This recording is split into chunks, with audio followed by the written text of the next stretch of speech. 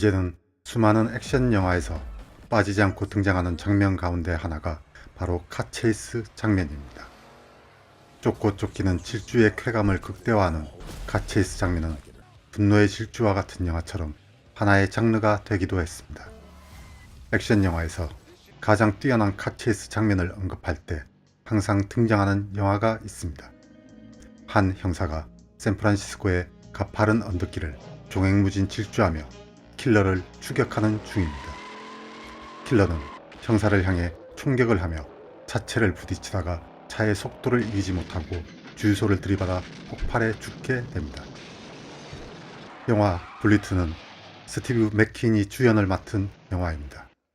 늘 강렬한 남성성을 풍기는 이미지로 실제 레이서이기도 했던 스티브 맥퀸은 블리트에서 놀라운 속도의 쾌감을 느끼게 하는 장면을 만들어냅니다. 그리고 블리트 이후 액션 영화에서 카체이스의 형식은 완전히 변하게 됩니다. 하지만 카체이스 자체가 주제인 영화 가운데 가장 뛰어난 작품은 베니싱 포인트라고 할 수 있습니다. 영화의 주인공은 스티브 맥퀸처럼 모터사이클과 자동차 레이서이며 정직 경찰이기도 하지만 현재는 자동차 배달을 하는 코알스키란 인물입니다. 영화가 시작되면 그는 이유를 밝히지 않은 채 급히 자동차 배달을 시작합니다. 그리고는 경찰이 저지하는데도 멈추지 않고 영화의 결말까지 미친 듯한 질주를 벌입니다. 베니싱 포인트는 억압에 저항하는 인간의 자유를 다루는 영화입니다. 그렇기 때문에 코알스키가 왜 끝없이 질주하는지 그 이유는 등장하지 않지만 적어도 그가 자유롭고 싶다는 것은 느낄 수 있습니다. 베니싱 포인트처럼 딱 하나의 중심 이야기에만 집중한 영화는 그리 많지 않습니다.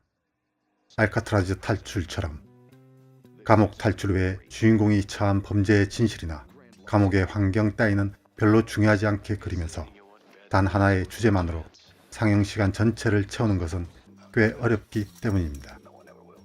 그렇기 때문에 장르 영화는 그 속에 다양한 인간관계와 사건을 배치하게 됩니다.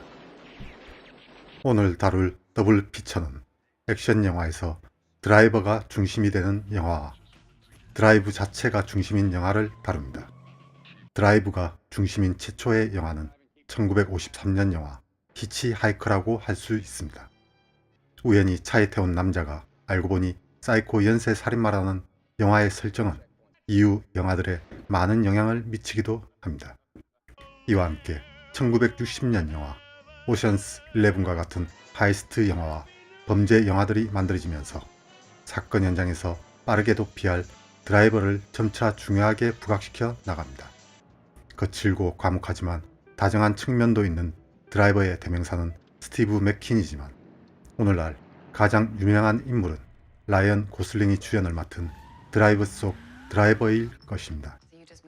라이언 고슬링은 무수에 차 있는 모습으로 이웃집 여인에게 다정한 모습을 보이기도 하지만 다른 한편으로는 냉정하고 잔인한 살인자의 모습을 보여줍니다. 드라이브의 이러한 충격적인 양면성과 감각적인 영화의 스타일은 많은 관객으로 하여금 드라이브 속 드라이버에 빠져들게 만들었습니다. 하지만 제임스 셀리스의 원작 소설을 영화화한 드라이브의 스타일과 캐릭터는 이미 원형에 해당하는 영화가 있습니다. 바로 월터 힐 감독의 드라이버입니다. 드라이버는 범죄자를 전문적으로 안전한 곳까지 옮겨주는 직업입니다. 그런데 카지노를 강탈한 강도들이 늦게 나오는 바람에 자신의 모습을 카지노 플레이어에게 보이고 맙니다. 이 도시의 형사는 법을 위반해서라도 범죄자를 꼭 잡고야 만다는 인물입니다.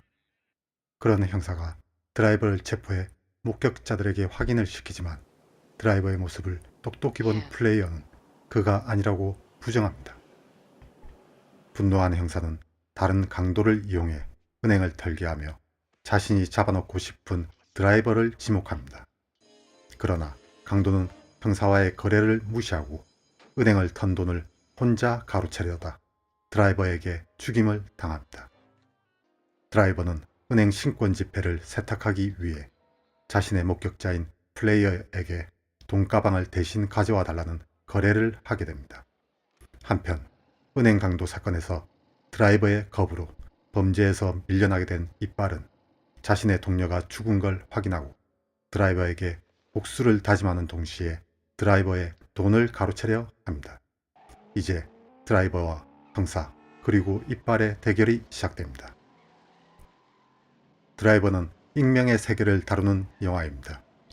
등장인물은 누구 하나 이름을 묻지도 밝히지도 않습니다. 그리고 이 건조한 세계에서 범죄는 일상다반사로 벌어집니다. 남성들의 세계를 냉정하고 폭력적으로 그려낸 월터 힐 감독은 샘 페킨파의 겟어웨이 시나리오로 영화에 입문한 인물입니다. 그래서인지 월터 힐의 작품은 종종 샘 페킨파의 영화를 본다는 느낌을 주기도 합니다. 드라이버는 고독하며 과묵한 남성 범죄자를 확립한 영화입니다. 드라이버는 누구와도 관계를 맺지 않습니다. 라이언 오닐이 연기한 드라이버는 무심한 표정으로 이자벨 아자니가 연기한 플레이어와도 일 외에는 그 어떤 감정적 교류를 맺지 않습니다. 대신 드라이버가 감정을 표현하는 방식은 자동차를 통해서입니다.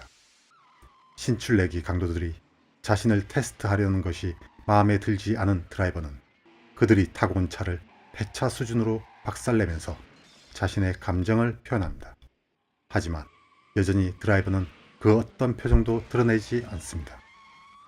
드라이버는 자동차가 중요한 영화인 만큼 뛰어난 카체이스를 보여주는 작품입니다. 특히 영화 초반 추격해오는 경찰차를 하나하나 격파하며 질주하는 모습이나 경찰차 2대를 정면에서 뚫고 가는 장면 등은 지금 봐도 뛰어난 액션을 보여주는 장면들입니다. 이와 함께 쿨가이 드라이버의 특징인 무기를 실하는 드라이버가 처음으로 총을 뽑아드는 장면은 영화 드라이버를 한순간 웨스턴 장르로 바꿔버리기도 합니다. 월터 힐 감독의 걸작 롱 라이더스처럼 말이죠. 드라이버는 삭막한 익명의 세계로 그 시대의 미국을 표현합니다. 사람과 사람이 어울리는 관계는 이 세계에서 사치일 뿐입니다. 경찰 역시 자신의 업적에만 관심이 있을 뿐 동료 경찰마저 무시하기 일쑤입니다.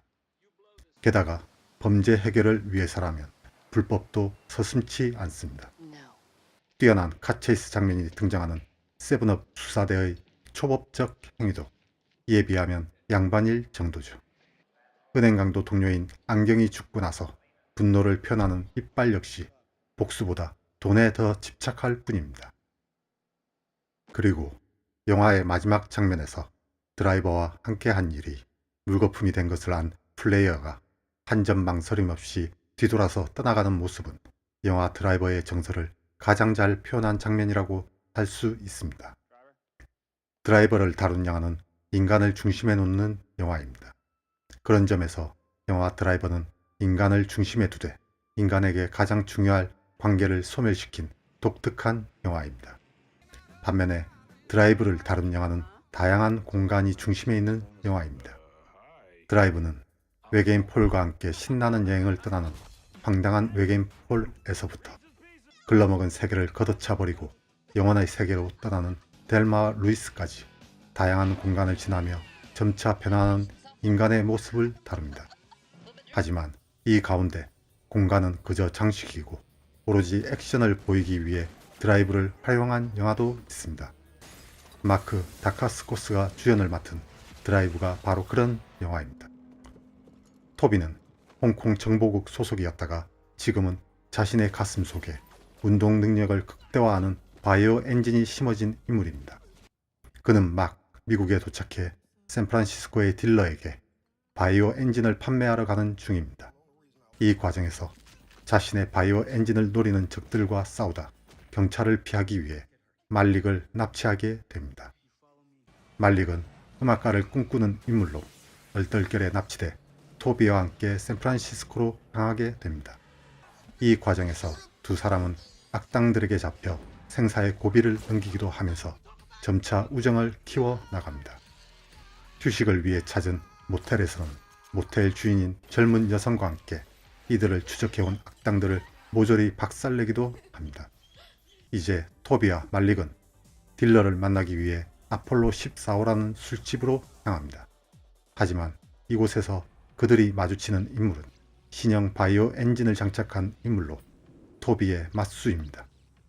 두 사람은 평범한 인간의 속도를 한참 넘어서는 속도로 싸우기 시작하고 말릭 역시 나머지 잡다한 악당들과 일전을 벌입니다.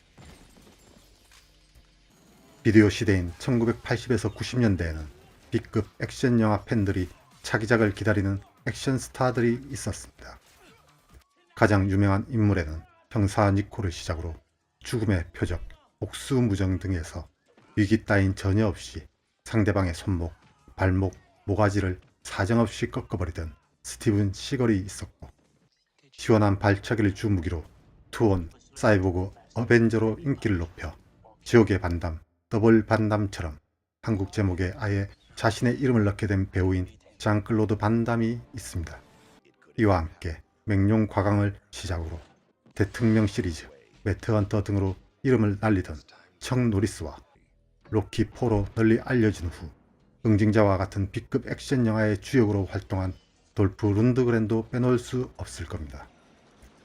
이보다 한 단계 아래에는 당시로서는 꽤 창의적인 SF 영화인 네메시스 그리고 오토매틱 등으로 인지도를 쌓아나간 올리버 그루너가 있었으며, 아메리칸 닌자 시리즈의 마이클 두디코프 등 다양한 방면의 여러 액션 스타들이 있었습니다.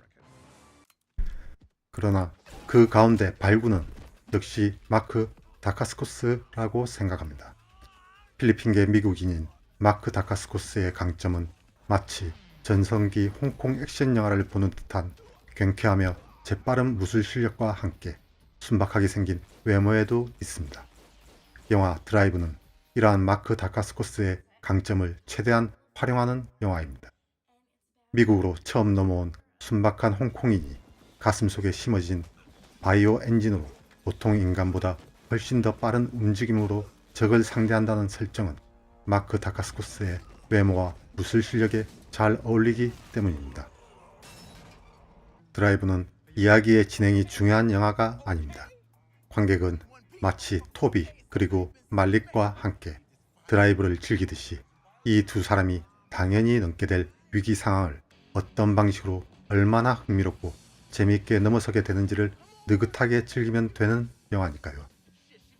그 과정에서 토비와 말릭 그리고 당시 브리트니 머피가 연기하는 모텔 주인의 코미디 또한 즐겁게 구경하면 됩니다. 영화 드라이브는 일체의 불안이나 걱정조차 없는 느긋한 드라이브의 세계를 그리고 있는 영화니까 말이죠. 영화의 역사에서 기억될 만한 뛰어난 카체이스 장면은 아주 많습니다. 고전 영화 시기에도 1969년 영화인 이탈리안 잡은 미니 쿠퍼를 이용한 아주 귀여운 아기자기한 카체이스 장면을 보여주며, 프렌치 커넥션의 저 유명한 지하철 추격 장면은 영화의 역사에서 언급되는 대표적인 카체이스 장면 가운데 하나가 되었습니다. 그리고 블리트와 프렌치 커넥션을 제작한 제작자 필립 단토니의 유일한 감독 작품인 세븐업 수사대는 블리트의 끝내주는 추격 장면을 브루클린에서 다시 한번 재현해내고 있습니다.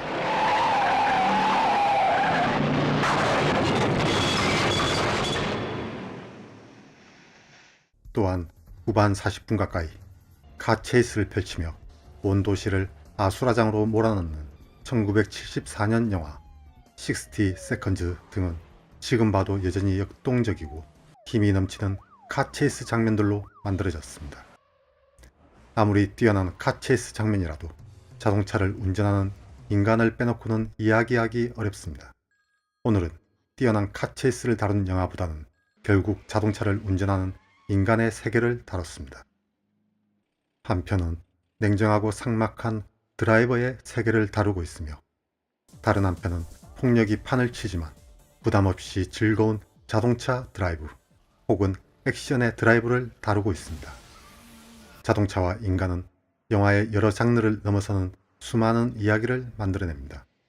그 가운데 아주 사소하지만 한 번쯤 언급해야 할 영화가 오늘 다룬 두 편의 영화였습니다. 더블 피처는 드림랜드의 광기를 다룬 코즈믹 호러 판타지 단테 러브크래프트를 만나다와 함께 합니다. 오늘 더블 피처는 여기까지입니다.